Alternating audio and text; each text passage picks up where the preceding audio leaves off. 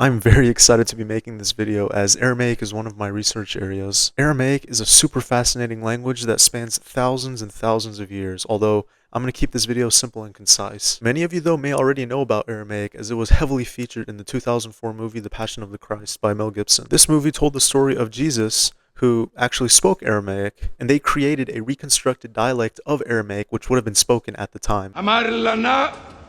We're going to dig more into this, but let me give a brief history on the Aramaic language. So Aramaic is a Northwest Semitic language that is a sister of Hebrew and a cousin of Arabic. It was first attested in the 11th century BC, which makes it one of the oldest languages ever attested. The language was only spoken in some parts of the Middle East, although it gained prominence during the Babylonian and Persian times for its simplicity. Most writing systems at the time, such as Egyptian hieroglyphs or cuneiform, you'd have to memorize hundreds and hundreds of symbols, although the Aramaic language adopted the Phoenician alphabet. With the Phoenician alphabet, all you had to do was memorize 22 characters and you were good to read and write. So due to its simplicity to read and write, the Persians adopted it as their language of administration and diplomacy, and with that, Aramaic became the lingua franca of the entire Middle East. So this occurred around 500 BC. So over the next few centuries, Aramaic evolved into many different dialects. It was used to write a few books in the New Testament, various Jewish texts such as the Talmuds, lesser-known Gnostic religions such as Mandaism,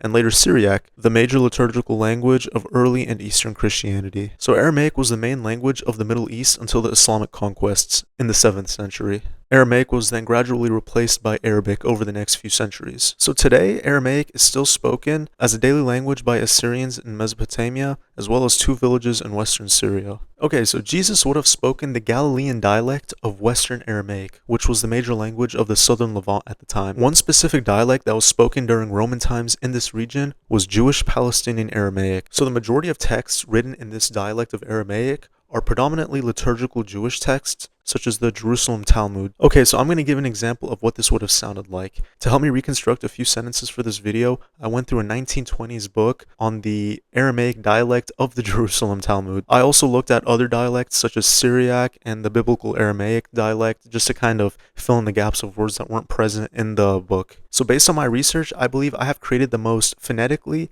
and grammatically accurate reconstruction of what Jesus would have sounded like. I believe that what I have put together is way more accurate than the Aramaic spoken in the Passion of the Christ. Let's take a look at what the Galilean dialect would have sounded like. If you speak Arabic or Hebrew, then many of these words are going to look familiar to you. Shma'tun, ditahabun, lakhabarkun, wa tisnun, lasanakun, wa ana amir lakun, tahabun lasanakun, wa titsallun lardapukun.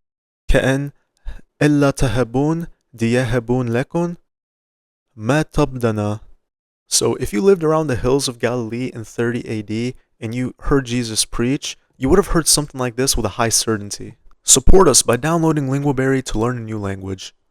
LinguaBerry seamlessly integrates reading, writing, and memorization into an engaging and interactive language learning experience. Now available in the App Store and Google Play. Tutorial in the description below.